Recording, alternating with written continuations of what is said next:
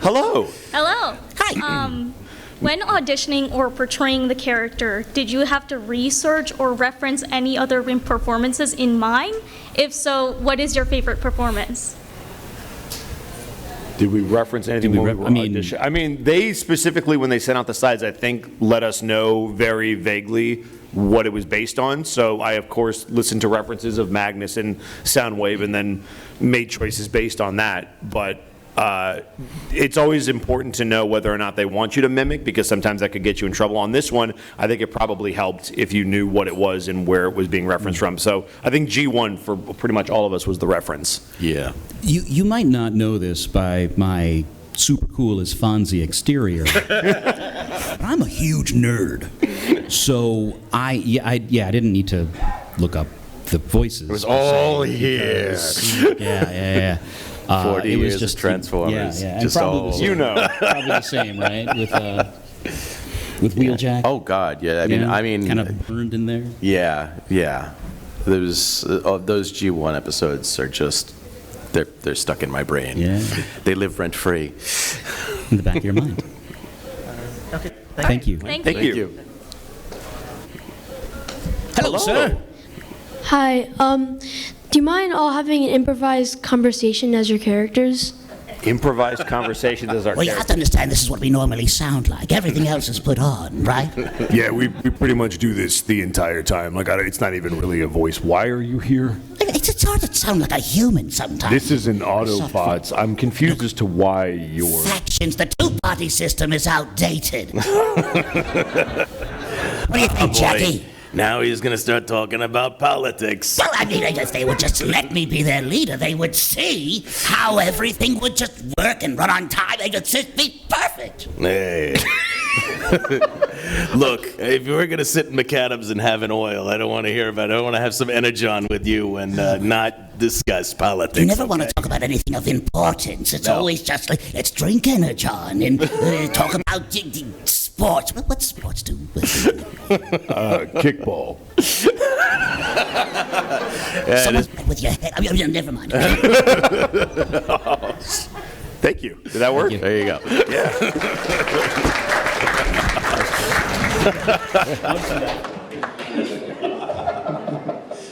Hello. This is predominantly for Ed, but you're also welcome to chime in if you'd like to.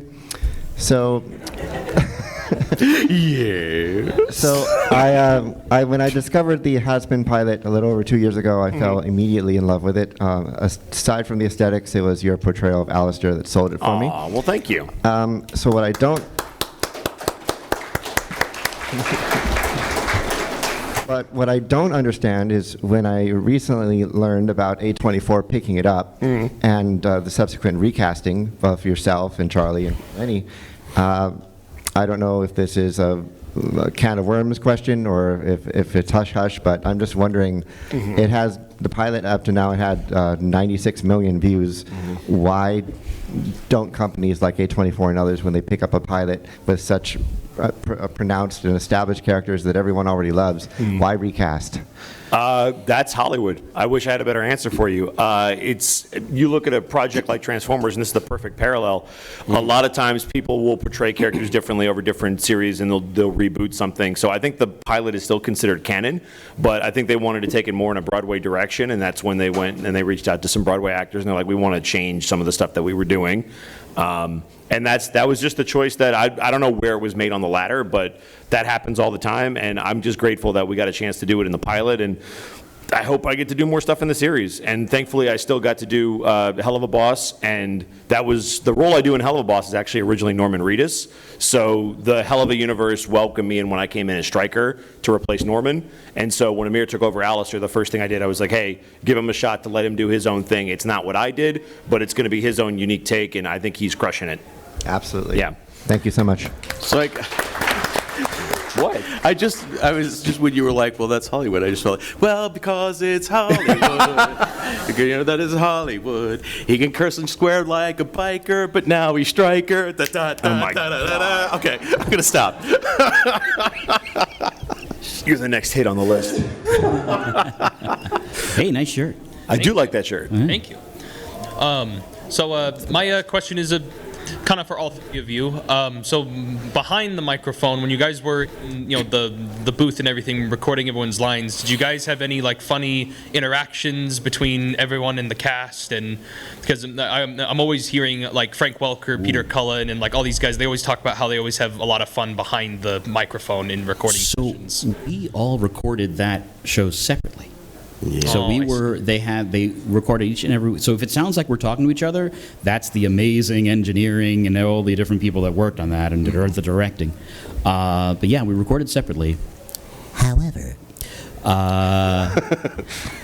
like I said, look cool as Fonzie, but actually a nerd.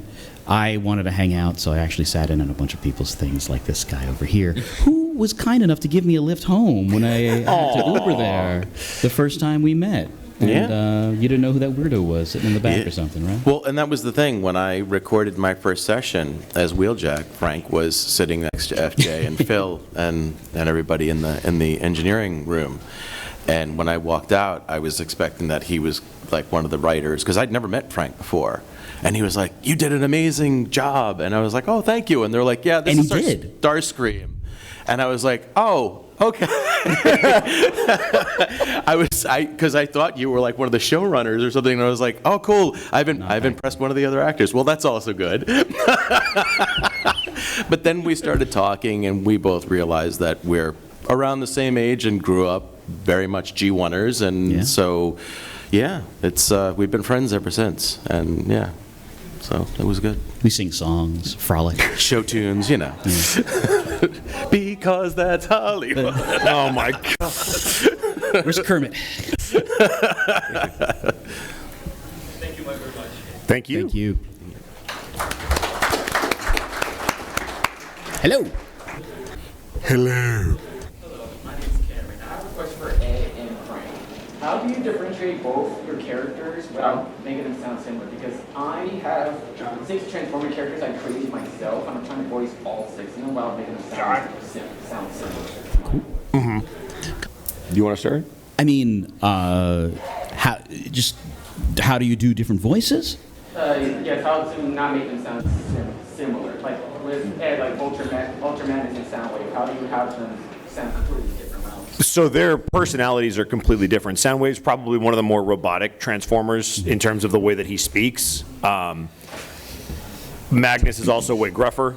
They're both pretty deep voices, but that's another thing you could do is some can be higher, some can be lower. Like Starscream is never going to sound like Ultra Magnus. So depending on the characters that you were given, hopefully that there's enough difference in how you can pitch them. The gravel, maybe an accent, like if you're doing a Wheeljack, you can put kind of like an East Coast accent on it. Mm-hmm. All those little tricks, and you change it up just a little bit, and they sound like they're different people. So the way that they talk, the pitch of their voice, whether or not they have an accent, those are just some tricks that you can use to make them sound different. I think the biggest thing is the cadence, because as long as the characters don't sound like they all talk the same, you should be in good shape. And just practice. Like any muscle in your body that you work out, you train your throat in a certain way so that you can get different shapes. So when you go back here, there's different voices that you can do from the back of your throat, which can turn into Starscream, or it can turn into Mugman, but it's still that weird sort of thing that I'm squeezing. You know what I mean? So it's just repetition. Just do it.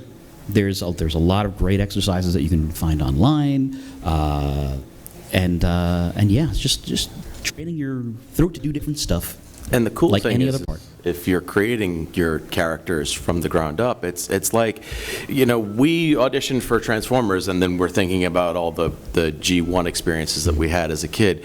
But I've auditioned for so many things where I'm the first voice of something. Like with the King of Hyrule and the Breath of the Wild, it was the first time that they'd voiced the Zelda franchise, and like, what would he sound like?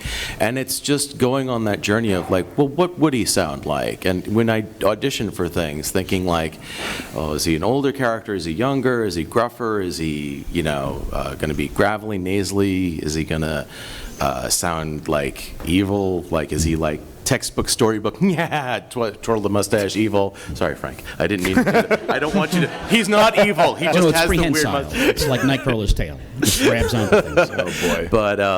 But yeah, it's where you find the character, what you feel is the character's motivation, that will often change even just your posture and how you carry yourself. If you're like an Igor type of sidekick, you're gonna be a little more hunched over and kind of that. But if you're a heroic character, you're always gonna have, and that's gonna change the way your vocal process goes. Like just standing completely stock still upright is going to have a different sound than if you're kind of hunched over. And you could still be a good character who's just kind of tired and doesn't want to do much, but he's still a good guy. So it's just finding those things and being like, what would this character in my head sound like, and then find a voice and then make it. And because you're the originator of it, it's not wrong. It's whatever you've dreamed it to be.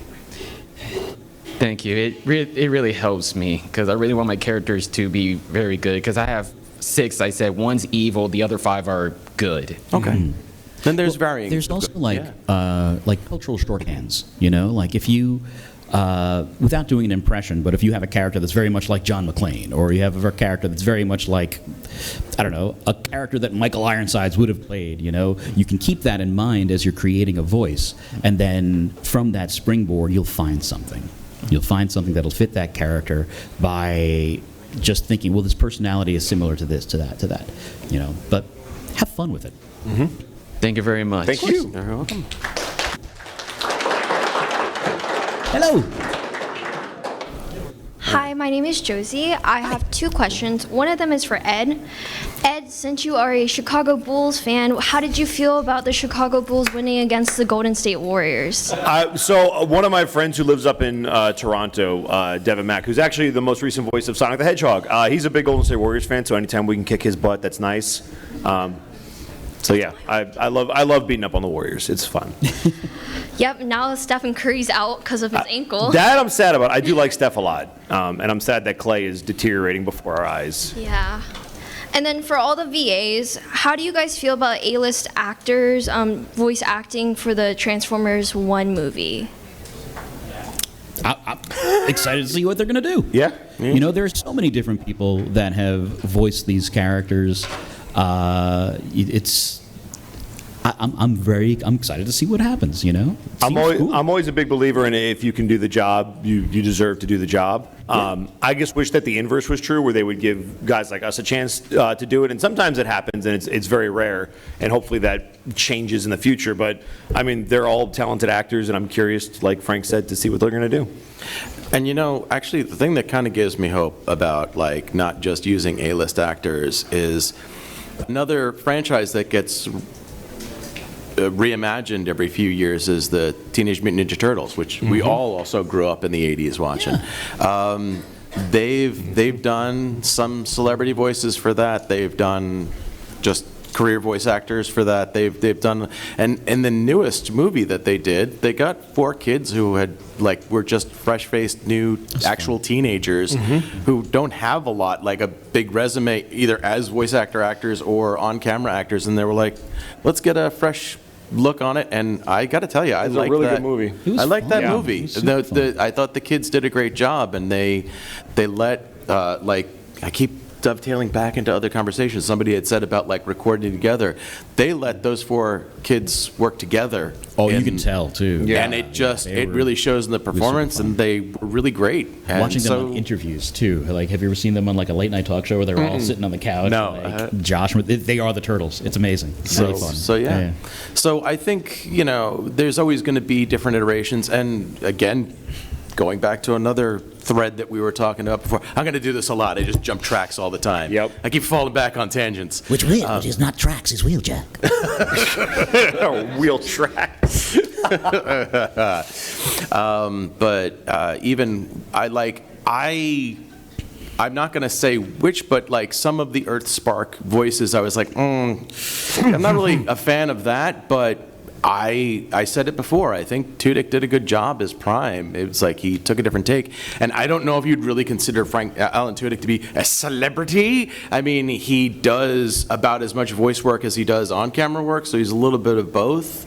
And he brought a good thing to it, but they absolutely brought him in because they were like, oh, we love all the things that you've been doing and other things, and we're going to bring you in on this. So there have been celebrities who have surprised me where I'm like, oh, okay, what are we going to do? Oh, actually, that's pretty cool. So, but then, I mean, obviously, that's the thing. Now the acid test is if they'll do a good job, because if they don't, we're going to be mad. And it wouldn't even necessarily be because it's a celebrity. It could be if there's a new voice actor who just kind of phones it in as Optimus Prime, you're going to be like, oh, come on, man, there are so many people who would put so much passion into this. So, we'll see. We'll remain hopefully, cautiously optimistic? There we go. But thank you for your question. Appreciate it. Thank you, guys. And thank you for the sports question. Yeah, don't ask Ed about rare. sports. I don't expect that at TFcon. And we have time for one last very quick question. All right. We'll make it quick. Bill, what's your dress size? You were mentioning earlier that the director would lead you, but I was wondering if you guys managed to sneak in any improv moments into the show. If you got the chance. More so in the last one. More so in Kingdom. Okay. More so in Kingdom. There's I don't think I snuck any in. I stuck to the script pretty hardcore. There was not a lot of room for like dialogue improv, but for like reactions and stuff. There's I got to do like in the "There's so many green buttons" scene when Rattrap is trying to unlock them and stuff. I got to sneak in a little, but really it was just this is what they had in mind, and we stuck to the scrirt. Bill, 10 seconds, go. I don't have any questions for you, sorry. No, answer the question. I've improv'd on a couple of things in the past, but not on this particular series. There wasn't a lot of, but I was just so overjoyed to be able to be living my childhood dream, so I was okay with that. Well, thank you so much for thank you guys for coming. We really appreciate it. Yeah.